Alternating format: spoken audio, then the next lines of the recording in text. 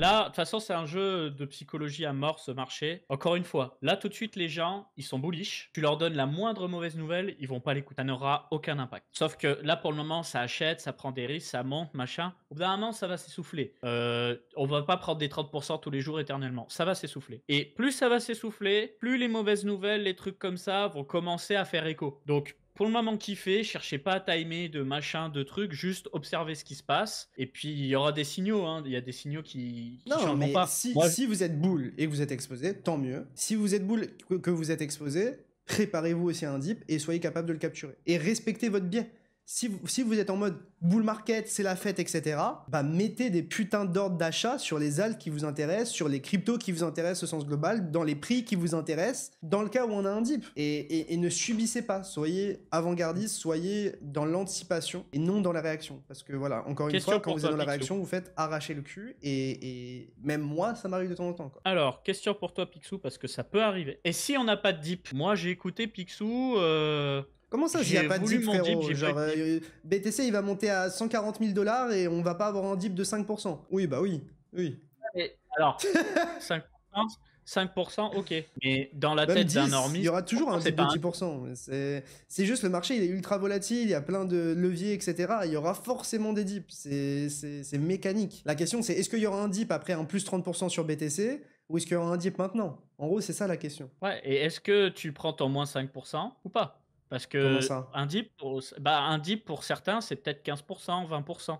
Et si t'es que des 5%, bah, il y a des gens qui vont jamais rentrer, qui vont rester sideline. Tu vois ce que je veux Mais dire ou pas? si ton dip c'est 5% et que pour d'autres c'est 20, bah tu mets des ordres de 5 à 20. Je sais pas. Et au pire, tu auras une partie de tes ordres, genre 30%, 40%, 50% de tes ordres qui seront fil, et tu renforces après, tu vois. C'est pas grave si t'es pas totalement fil ou qu'on n'atteint pas le dip que toi t'espérais. Le plus important, c'est d'avoir des ordres d'achat, parce que globalement, en spot ou en très bas, très très bas levier en dérivé, si on est en bull market, les dips seront rachetés et ce sera un moyen de faire des profits, quoi. Et c'est ça le problème, c'est que aujourd'hui, faut aussi réfléchir comme ça. Aujourd'hui, tu longues BTC, genre là à 81K, tu le longues, tu mets ton SL où? Pour targeter quoi? Les dips, ils sont sains parce qu'ils te permettent de retourner dans des zones d'intérêt qui te permettent de te dire, bah là j'ai un intérêt à me placer parce que si on dip de 5% de plus ou 10% de plus, ça invalide mon scénario. Mais tant que ça n'arrive pas, on peut avoir des targets bien plus hautes et à ce moment-là, j'ai un vrai risque-reward, un vrai ratio risque-récompense qui est intéressant. Parce que risquer 1 pour gagner 1, ou risquer 1 pour gagner 0,5, quand tout est vertical, bon, bah, c'est le meilleur moyen de se faire savater la gueule. Alors que quand on va retourner dans des zones d'intérêt, c'est là où vous aurez bah, en fait des ratios qui seront intéressants et c'est là où les gens se positionnent. J'ai un message très intéressant dans mon chat que je vais lire. J'ai l'impression qu'en bull run, la T est moins importante, qu'il faut juste se mettre là où il y a de la force. Alors, c'est pas tout à fait ça, c'est pas vrai. C'est juste qu'en bull run, c'est très facile de faire de l'argent et c'est aussi très facile d'en perdre, mais tu peux être comme moi à pas faire du tout d'AT. Tu peux être comme Picsou à faire de l'AT. Tu peux faire que des meme coins. Tu peux faire toutes sortes de stratégies. En fait, des façons de faire du fric, il y en a plein, mais il faut juste pas rendre ce pognon au marché. Voilà. Et rendre ce pognon au marché, la meilleure façon de le faire, c'est quoi? C'est prendre une décision en mode putain, Doge, on m'en parle depuis longtemps, et puis vas-y, le Doge, il est à 35 dollars, on me dit qu'il va monter à 1 dollar, et t'achètes le Doge maintenant, et potentiellement t'avais le top, tu vois, alors que t'aurais peut-être pu te placer avant. C'est pour ça que Picsou vous dit de faire attention, de prendre des dips. Parce que là, courir après le prix, parce que tu vois 35% et tu penses que ça peut prendre 70, c'est peut-être ça l'erreur à ne pas Il faire. y avait quelqu'un qui me disait donc aucun intérêt de in maintenant pour quelqu'un de non exposé. Mais frérot, franchement, moi j'en peux plus. On est là, ça fait 3 ans on a vécu un bear market, on a eu 8 mois de range et il y a des gens qui me disent je suis pas exposé. Mais nique ta race, c'est trop frère. Je suis désolé, mais genre tu faisais quoi les 8 derniers mois pendant qu'on faisait des lives, pendant qu'on parlait de ça, pendant que genre au bout d'un moment, moi je suis plus là pour babysitter. La vérité et tous les normistes qui vont arriver derrière etc. Moi je vais les prévenir qu'ils vont se faire arracher le cul donc. Je vais pas leur dire ah non franchement in à 80K 81K maintenant en levier x50 c'est vraiment une bonne idée frérot. Qu'est-ce que tu veux que je réponde à ça? Non mais je suis désolé pour l'insulte mais il faut être un peu brutal, il faut choquer pour que ça rentre parce que quand t'es trop gentil les gens ils sont Reprenons l'année 2021. Le sang frais, il est arrivé quand? Il est arrivé au cours du cycle de 2021. J'essaie de reprendre des exemples par le passé pour les gens qui sortent un petit peu sideline. ouais. On a eu v'là les dips. Déjà, janvier 2021, on est passé de 42 000 à 29 000 sur BTC. Après, c'est parti pleine couille. jusqu'à 64. À 64, en mai, même avant, visiblement, ouais, fin avril, on s'est fait déchirer. Et c'est simple, de mi-avril à juillet, c'était la déchirée. Et je peux vous dire qu'à ce moment-là, quand des gens ont vu que le BTC fondait que de avril à juillet, hein, après avoir vu BTC en ligne droite, il y avait déjà des gens qui se disaient c'est bon, c'est fini, il faut passer à autre chose. Tu fais perdre de l'argent à des gens 30 jours, 45 jours d'affilée, t'en mets dehors un nombre incalculable. Vous vous rendez même pas mais compte. clairement, clairement. Et c'est pour ça que on est beaucoup sur une discussion sur la psychologie. C'est que de mi-mai à juillet, enfin de mi-avril à juillet, ça fait 2 mois et demi de souffrance. Et derrière, on est reparti pleine bille. Hein. C'était un truc de malade. Hein. Donc c'est ça qu'il faut viser. Et encore une fois, je vous dis, des façons de faire du fric, il y en a plein. Si vous aimez le trading, suivez Picsou. Si vous aimez le Fonda, suivez-moi. Si vous aimez les meme coins, il y a plein d'autres personnes.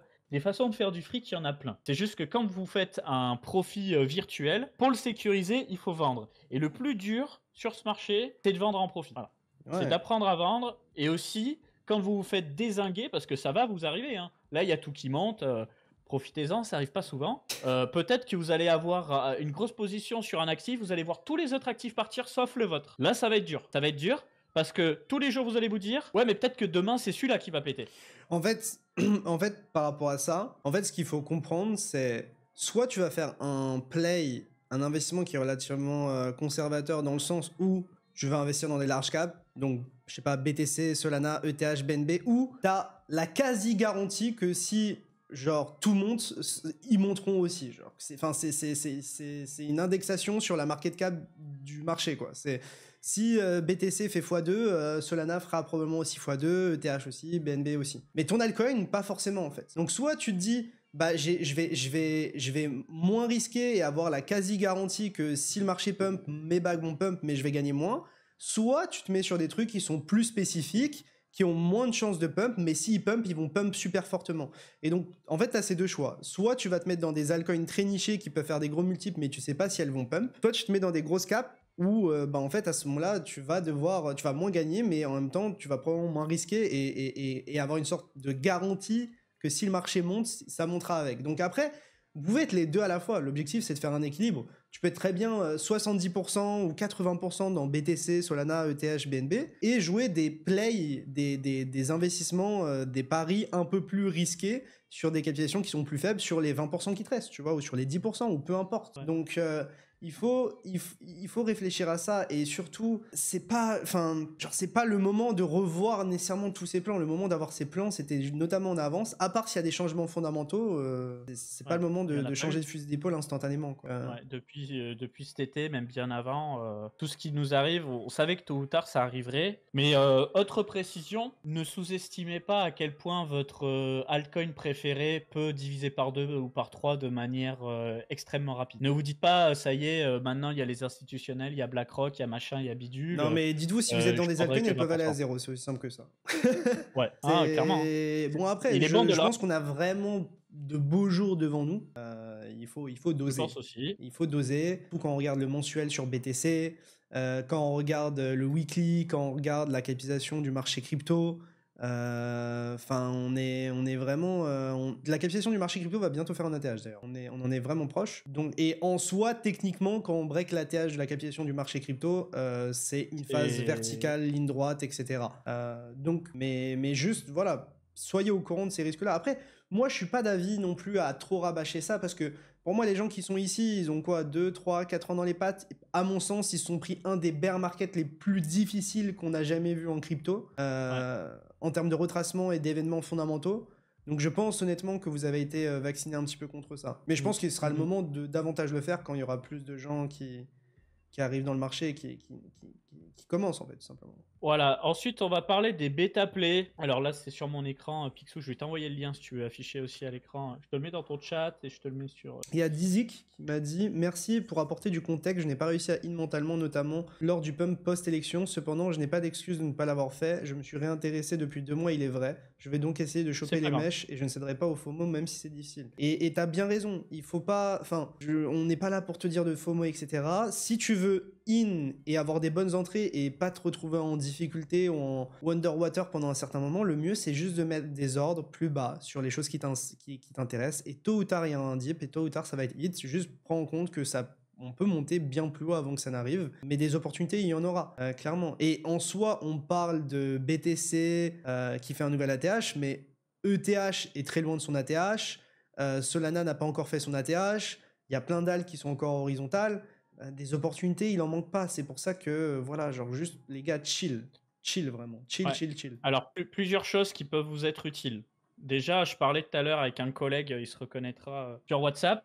Mon collègue me dit, c'est mon pire cycle, je suis à des années-lumière de mon ATH de 2021. Moi aussi, hein. Picsou peut-être pas, mais moi je suis encore très très loin de mon ATH de 2021. C'est pas grave, c'est pas grave. Allez de l'avant, ça sert à rien de rabâcher le passé, on s'en bat les couilles, franchement. De toute façon, vous allez y faire quoi? Vous allez remonter dans le temps? Non, vous pouvez pas le faire. Moi, j'aimerais vous parler des bêta plays. Alors, ce qu'on appelle un bêta play, c'est se dire, c'est des altcoins ou, comment dire, c'est comme prendre du levier sur une infra. C'est des proxys. Donc, par exemple, en gros, les voilà. meme coins performent, mais je vais pas parier sur les meme coins, je vais parier sur ce qui permet de parier sur les meme coins du style Aérodrome, Jupiter, Radium, tout ce qui est en lien et qui est un peu le layer d'infra qui sert au meme coin. Mais, et je te laisse poursuivre ton propos du coup. Et du coup, les bêta plays, c'est dans le sens où tu peux faire des gros multiplicateurs par rapport à l'infra, parce que tu te dis, voilà, Ethereum, il va pas faire x2, x3 tout de suite, alors que ces altcoins-là, oui, certes, mais souvent les bêta plays, ça fond comme le sucre aussi. Donc, à part si vraiment vous avez fait vos devoirs, c'est-à-dire soit niveau prix, niveau AT, vous vous y retrouvez, comme Picsou peut vous l'expliquer avec quelque chose qui latéralise ou alors une structure qui vous plaît pour rentrer, etc. Soit fondamentalement, vous avez identifié quelque chose que les gens n'ont pas encore identifié, comme une news qui va sortir parce que vous étiez sur le Discord avant les autres et que c'est pas parti sur Twitter ou ce genre de choses. Là, vous pouvez vous placer, mais méfiez-vous des bêta plays parce qu'encore une fois, oui, vous pouvez faire des plus gros multiplicateurs, mais c'est aussi un bon moyen de rendre beaucoup d'argent au marché. Voilà, n'y allez pas à pleine couille sur ces trucs-là. Tu vois, c'était un peu le cas le cycle précédent par rapport à Solana. Serum, Voilà, avec Serum, avec Radium, etc. Moi, je suis moins dans les bêta plays, ou si je le fais, c'est sur une petite portion de mon capital et pas sur une grosse. Qu'est-ce que je veux dire par là? C'est que, en soi, moi, Solana, je préfère avoir du Solana et parier sur la réussite de tout l'écosystème plutôt que sur un projet spécifique. Parce que si ce projet marche pas mais que tout le reste de l'écosystème fonctionne, bah, j'aurais perdu de l'argent avec ce bêta. Alors que si je suis sur Solana, j'aurais probablement gagné moins, mais j'aurais été sûr de gagner si ma thèse c'était l'écosystème Solana va gagner en traction, en croissance et être mieux capitalisé, mieux valorisé. Donc, et franchement, je sais que c'est un discours qui est difficile à tenir et qu'il y a beaucoup de gens qui n'ont jamais touché au levier et que voilà, c'est risqué, etc., etc. Vous connaissez la chanson. Mais pour tous les gens qui sont en mode, je peux pas acheter BTC, ça me fait pas gagner assez d'argent, je peux pas acheter Solana, ça va pas me faire gagner assez d'argent, je peux pas acheter Ethereum, je peux pas... Enfin, pourquoi vous mettez pas en levier x1, x1.5, x2 max, avec uniquement des entrées sur des dips, et à ce moment-là, vous aurez potentiellement genre plus de gains que ce que vous auriez mis naturellement. Et pour une exposition qui est assez limitée, évidemment, il faut un scénario, il faut une invalidation, il faut un stop loss, qu'on soit bien d'accord, sinon vous allez vous faire arracher la gueule. L'idée, c'est pas de dire je in en x2 et bonne chance, même si ça marche pour certaines personnes. Mais c'est un peu ce que je me demande, tu vois, de pourquoi ne pas essayer de se mettre vraiment très low leverage sur des grosses capitalisations après des dips, ou au moment de dip. Je pense que c'est peut-être le mieux si jamais vous avez une conviction très forte sur un BTC, un Solana, etc. et que vous vous dites que vous n'allez pas gagner assez de cette manière-là. Je vous dis pas d'aller en levier x10, x100 ou quoi que ce soit, et le levier, c'est réservé à des gens qui savent ce qu'ils font, vous regardez les produits dérivés, il faut comprendre comment ça fonctionne, les mécanismes, etc. pour éviter de se faire piéger. Moi, en tout cas, c'est ce que je ferais, notamment sur BTC, pour en fait avoir genre des gains relativement forts, malgré une volatilité qui est un peu plus faible que sur le reste. On a les ETF, ces choses-là qui ne font que buy le truc. Enfin, moi, je comprends l'approche de je peux pas acheter de BTC parce que c'est pas ça qui va me faire make it, mais l'espérance de gain en investissant sur BTC, elle est tellement forte que... c'est comme acheter de l'or de la génération de vos grands-parents. Voilà. Mais en fait, Saylor, il fait exactement ce que j'ai dit. Hein. Il se met l'eau levier et il emprunte pour acheter plus de BTC qu'il n'a, et etc. d'une certaine manière. Enfin, l'eau levier, c'est avec de l'endettement, c'est pas avec des produits dérivés, mais vous m'avez compris. Pour ceux qui nous écoutent, qui découvrent peut-être ou qui veulent faire découvrir, sur le site Coin Academy, vous avez depuis la page d'accueil ou dans l'onglet Academy nos formations. Vous avez une formation Bitcoin, une formation Ethereum, une formation débutant en crypto. Elles sont gratuites, ça n'a rien à vous vendre. Là-dessus, vous avez tout qui vous est expliqué. Donc, vous pouvez commencer par débuter en crypto pour avoir une formation générale et renforcer vos connaissances avec la formation Bitcoin. Dans la formation Débuter en crypto, vous avez une introduction et très rapidement, on vous explique comment acheter et vendre vos crypto-monnaies avec 2 choix. Vous avez le choix avec une plateforme centralisée, donc là, c'est notre partenaire Bitpanda, et vous avez le choix avec la plateforme, enfin, avec le wallet MetaMask. Donc, vous avez juste à lire et suivre bête et méchant, vous avez les screenshots, vous avez tout, et vous laissez guider, et vous pouvez commencer. Si tu as bien aimé cette vidéo condensée, sache qu'elle est extraite de notre chaîne YouTube Coin Academy. Du coup, si tu veux voir l'interview complète, je te laisse cliquer sur la miniature dans l'outro, ou alors tu peux passer tout simplement par le lien dans la description.